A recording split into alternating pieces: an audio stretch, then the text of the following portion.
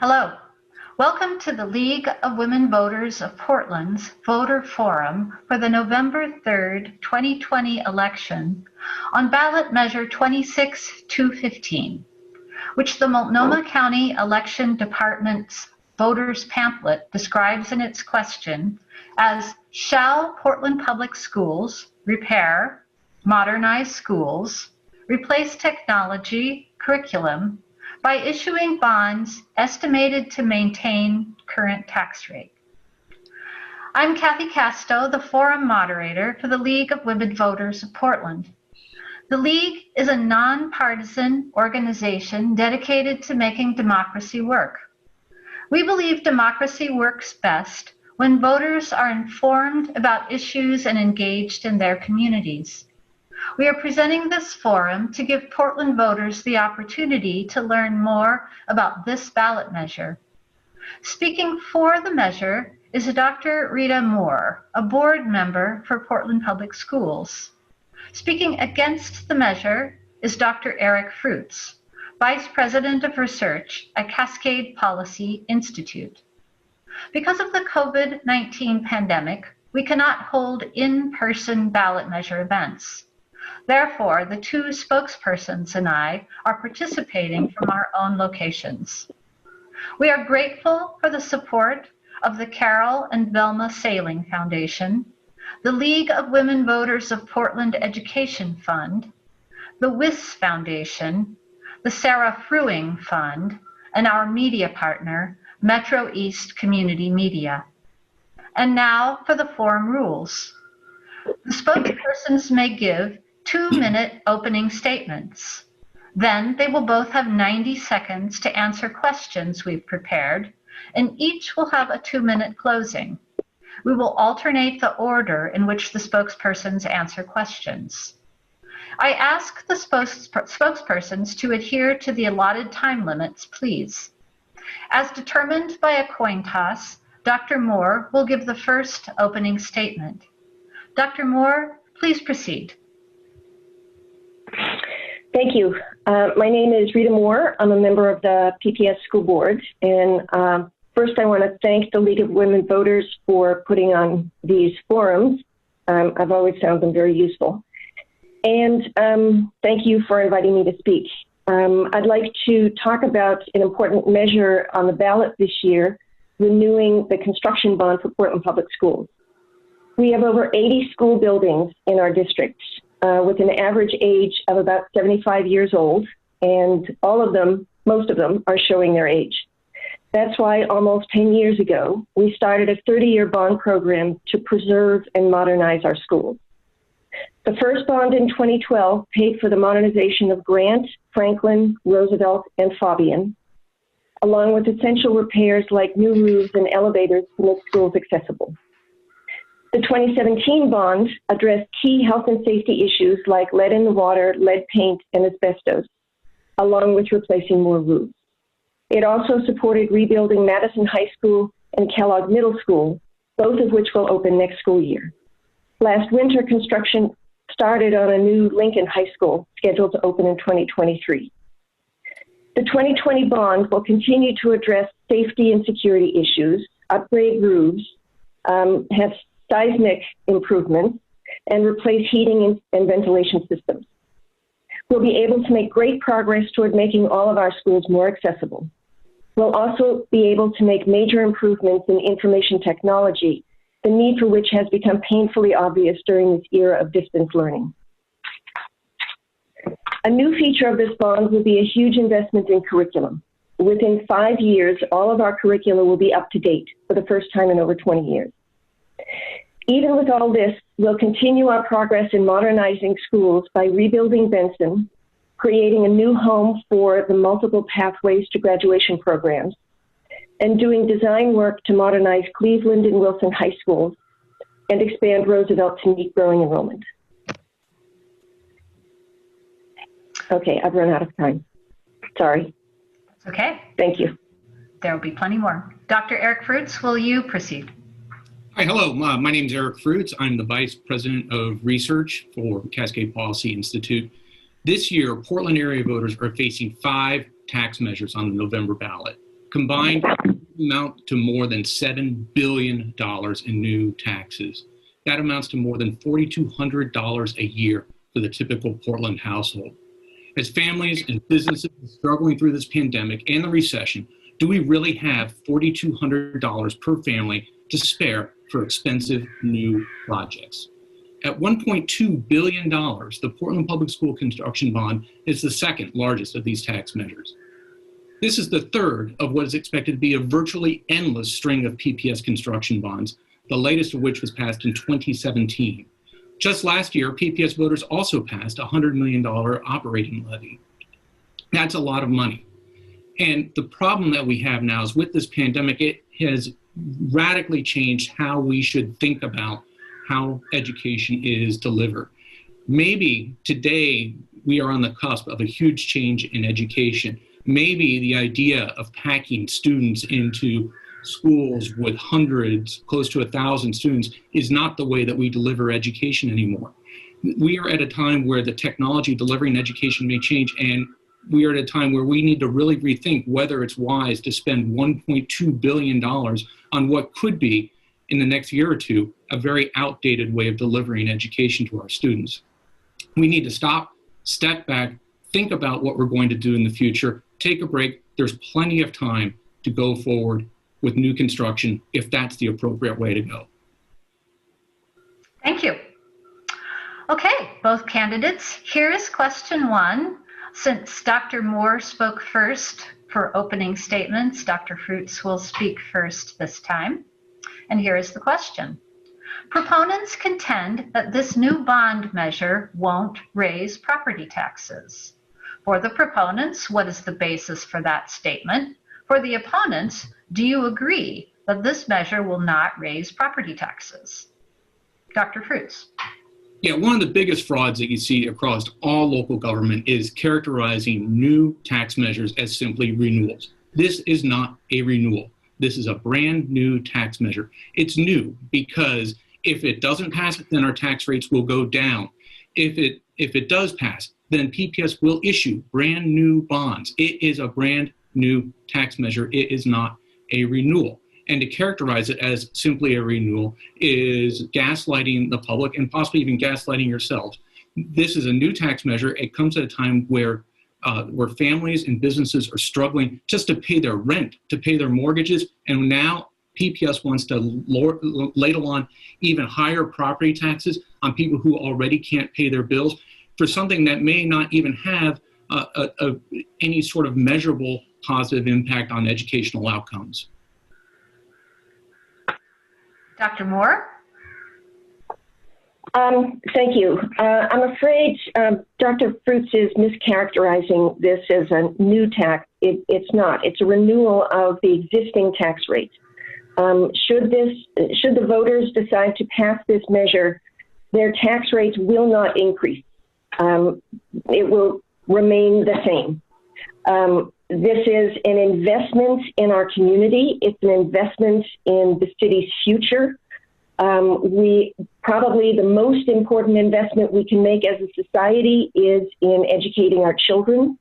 And it is our responsibility as adults to prepare students to be fully functional, well-educated members of society as they grow into adulthood. This represents an enormous opportunity for this community to renew public infrastructure, and it is our opportunity to preserve and protect the legacy bequeathed to us by previous generations for the public good. And I'm confident that Portland voters will continue to support public schools. Thank you. Here's question two. Please explain in greater detail the measure's proposal for a Center for Black Excellence. How many students are expected to be served by the center, and how are they expected to be served since the bond measure doesn't fund staffing? Dr. Moore, will you go first?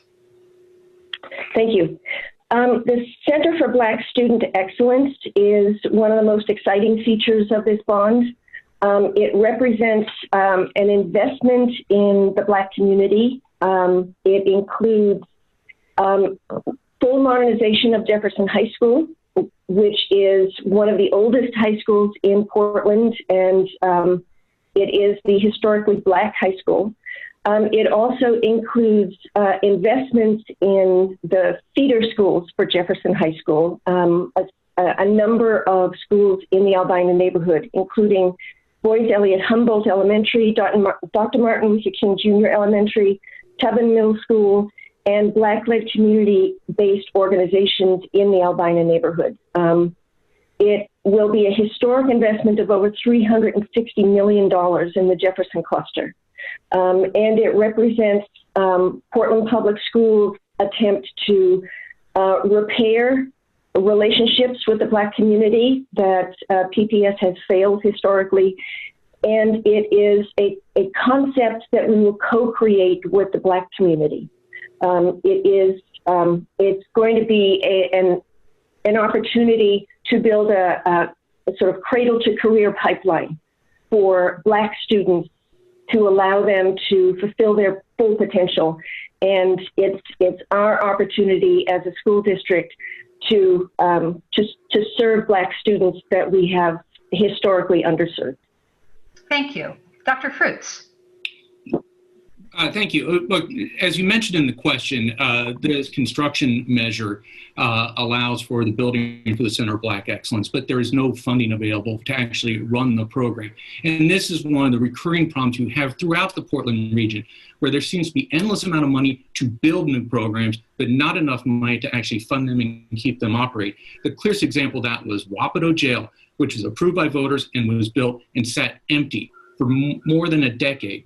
There is a real risk that this Center for Black Excellence could become the Wapato of Portland Public Schools, where it's just a building without the resources to actually support it. I think that's a high degree of mismanagement and not very clear forward thinking. And it's yet another reason why this bond needs to go back to the drawing board, redeveloped, and come up with something that actually works, that actually does construction, that can have measurable impacts on students and families.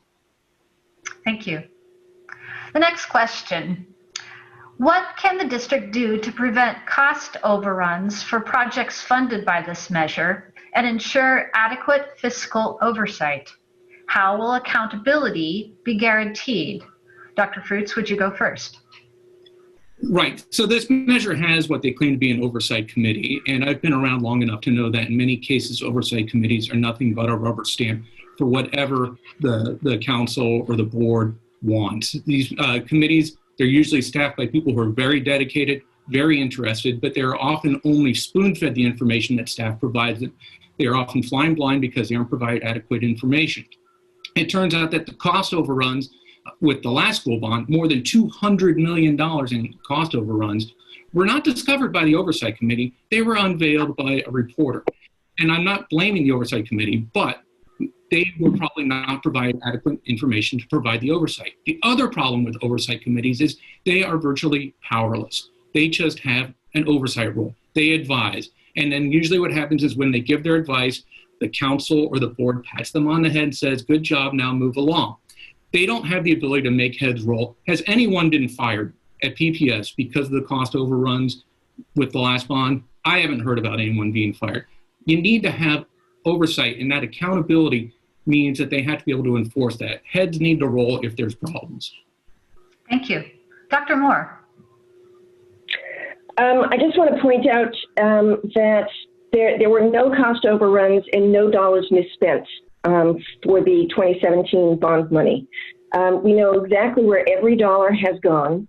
What happened in 2017 was that the district relied on estimates for the cost of construction that were overly optimistic. You may recall that the construction environment in recent years has been unprecedented, has had unprecedented costs attached, including the unanticipated imposition of tariffs on imports of things like steel that vastly increased the cost of components. We have, for the 2020 bond, we have ensured that we have appropriate cost estimates. We have very closely coordinated with industry consultants. We've gotten independent cost estimates from nationally recognized firms. We have 2 separate outside audits that are being conducted on this bond. The Bond Accountability Committee is very dedicated, and their charter has been revised to include advice from them on construction of our bond package. So they have been very involved in vetting the numbers that we're using to make cost estimates. Thank you.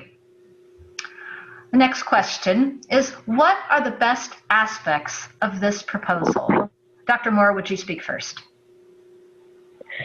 I think this is an excellent bond package, and it represents historic opportunities for PPS to make investments in a wide range of components of the school district that were neglected for many, many years.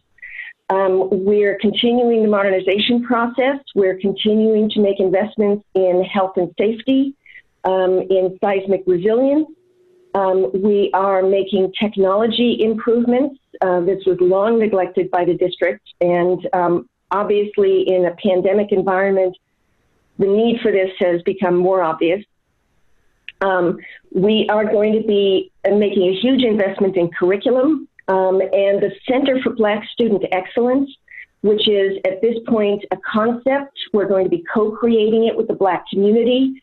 This is a huge investment in our Black students, and it's an opportunity for PPS to really work with the Black community to repair damage that has been done historically, and also to make huge progress going forward. We're doing it all at the current tax rates. This is not a tax increase. And this is the opportunity for Portland voters to invest in children. Thank you. Dr. Fruits. Well, I don't know what good aspects are to this proposal. I mean, I think there are some schools that need to be rebuilt and reconstructed, and I think that's fine. But there's a lot of things that aren't really what you would consider capital investments. Purchasing curriculum is not a capital investment. At least a school building can last 50, 60, 80, 100 years. A curriculum, if you're lucky, it might last 5. So we're borrowing money in the long term to cover short-term costs. That tells me that there's something fundamentally wrong with the finances at Portland Public Schools, and that needs to come out more. I think one of the big challenges you have here is you have to ask, where's the equity when you talk about Benson High School? Benson was promised to be rebuilt with the last bond, but because of the cost overruns, Benson has not been rebuilt. They've just done planning for Benson. And now we have to pay again to rebuild Benson. And I'm sorry, Dr. Moore, but unfortunately on those cost estimates, you did go over. You knew what the costs were. The board knew what the actual cost estimates were, and you intentionally lowballed them. In any other world, that would be called a lie. This Portland School Board lied to the voters, and we have no assurance that they are not lying to us now. And the fact that you said that you've lined up people like auditors and asked people for, cost estimates. Are you saying that didn't happen before? What was so fundamentally wrong with Portland Public Schools that you didn't go through that process before, and you had to go $200 million over budget in order to deal with it now? I'm sorry, but there's no accountability right now at PPS. And I think one message that voters need to say is stop, get some accountability in place, rethink about what schools are going to look like in the future, and come back with a better bond. Thank you. Now, what are the most problematic aspects of this proposal? Dr. Fruits, would you speak first? Sure. What's mostly problematic is that the $1.2 billion really has nothing to do with cost. It was a number that they came up with because that magic number of 1.2, they could say that this is just a renewal and it's not going to increase your tax rate. Once they had that $1.2 billion, they started fumbling around looking for projects to fill that 1.2. That's why instead of rebuilding schools, they're buying curriculum. Again, there's something fundamentally wrong with this problem, with this bond. It needs to just go back to the drawing board, rework, have the community give input. Much of the details of this bond were worked out post-COVID, when people couldn't go to meetings, where people weren't paying attention to this stuff. And that's one reason why there's 5 massive tax measures on the ballot this year. It's because everyone in our local government is trying to pull a fast one on voters and hoping that we will approve $7 billion in new taxes in November. And I hope voters aren't fooled. Dr. Moore, will you speak to this question? What are the most problematic aspects of this proposal? Well, let me respond first to Dr. Fruits.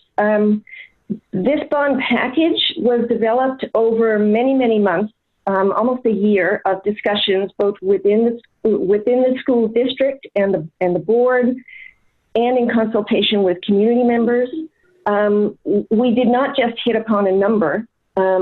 We went through a number of options based on different dollar figures, and the $1.2 billion became the final number based on an assessment of the needs of the district, the long-term facilities planning or needs for the district over time, and our assessment of the interest in the community to invest in schools.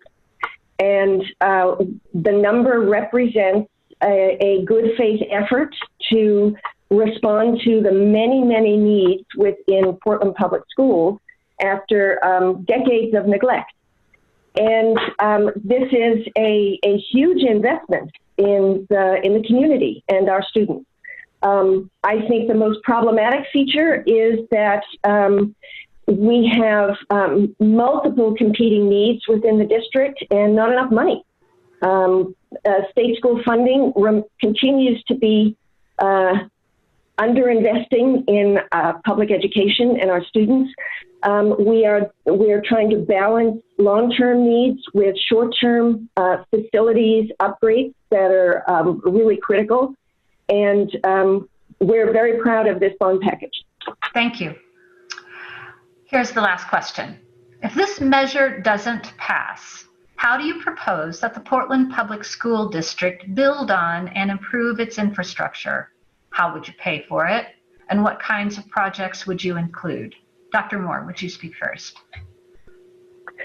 The kind of investments that this bond represents actually cannot be replicated through any other means. We can use our general fund monies to make some investments. Most of the general fund money goes to operational expenses, including regular maintenance. But the level of investment represented by this bond is really not possible in any other way. In other states, the state assists school districts in construction costs. We don't do that in Oregon. There is a possibility on the national level that we could get some assistance in rebuilding schools. It's been discussed as part of the COVID relief plan, at least by the House of Representatives. To date, that hasn't happened. I don't actually expect it to happen. Our nation has overall disinvested in infrastructure of all kinds.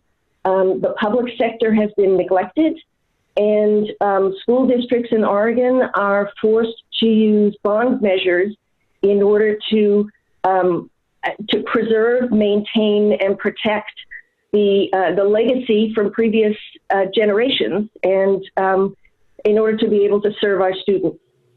Thank you. Dr. Fruits. Yeah, I'm not going to deny that our school infrastructure does need some sort of rehabilitation, and I'm fine with that, and I'm not really opposed to using bonds to do so. Unfortunately, PPS has kind of flipped everything on its head. When the first bonds came out, the focus was on safety. I think we need to bring the focus back on safety. Before it was just seismic safety, but I think we also need seismic and potential pandemic safety. And that's why I think PPS is really misdirected by focusing so heavily on rebuilding high schools. High school students are probably the most amenable to online learning and spreading out and not needing to be in a school building. I think that schools such as K-8s should really get priority. There's a lot of K-8s that have seismic problems, and I think we need to spend more attention on those facilities where you need to have the in-person teaching and you have seismic issues and you have potential for spread events. The other thing too is if you are doing a construction bond, it should be used for construction, for infrastructure. It shouldn't be used for operations like developing curriculum. It needs to represent an investment meaning that it has a long run over decades payoff, not a 3, 5, 6 year payoff. I think that PPS, again, put this one to bed, come back next year with a better bond. I think you will find that you will have better oversight, better results, and better buy-in from the community. Thank you. Thank you both so much for responding to these questions. It's now time for closing remarks. You will each have 2 minutes. Dr. Moore, would you begin? Thank you again for this opportunity. I'm very pleased to be able to speak to the public about this bond measure. I'm very happy with the package of projects that we have included in this bond. I think it's the most balanced bond that we've been able to bring forward, and I am confident that the voting public, which has been very generous in the past in supporting public education, I am hoping that they will continue to provide that support. I am confident that this bond package will pass muster when people look at the details. I think it is an extraordinary opportunity to invest not only in infrastructure, in the boring but necessary things like roofs and ventilation systems and heating and also seismic resilience. But it's also an opportunity to invest in creating full compliance on curriculum. We're investing in our Black students through the Center for Black Student Excellence. We're working directly with the community to help co-create that. It's a huge opportunity for this district and this city to show in this moment of national reckoning that we take seriously the slogan that Black Lives Matter. Our Black students matter, and this is the city's opportunity to demonstrate that in concrete terms, both literally and figuratively. And this is a huge investment in our community, and we hope that the voters will continue to support public education. Thank you. Thank you, Dr. Moore. Dr. Fruits. Hi, thank you for having me. As you know, it doesn't take an economist to know that this is a massive pandemic, a massive recession. People are hurting, businesses are hurting. We can't afford $7 billion in new taxes, $1 billion of that being for Portland Public Schools. Portland Public Schools seems to be living in a world where there is still permanent prosperity and everyone's incomes are always rising, and that we can afford $4,000 or more in new taxes to support brand new projects. We keep on being told by our elected leaders that we're all in this together, but talk to Portland parents and they will tell you that they feel like they are on their own. They're on their own to stay home and teach their kid. They're on their own to give up their jobs so they can teach their kid. They're on their own to buy printers and computers to teach their kids. We feel like we are on our own, yet we're told we're all in this together. And now PPS, even though there's no one in school, is saying that we need to spend $1.2 billion to build more schools. The pandemic is going to change how we deliver education. This bond package is a buggy whip package in an automobile age. We are going to have to rethink about how we deliver education, what sort of buildings we deliver them in, and this is not the right place to do it.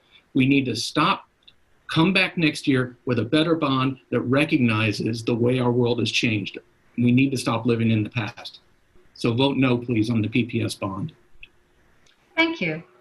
Thank you, Dr. Moore and Dr. Fruits, for your participation in this voters forum. Audience members, please share this forum recording with your family and friends. We all need to be informed voters. This recording and other information about this and other ballot measures are available now on vote411.org through Election Day.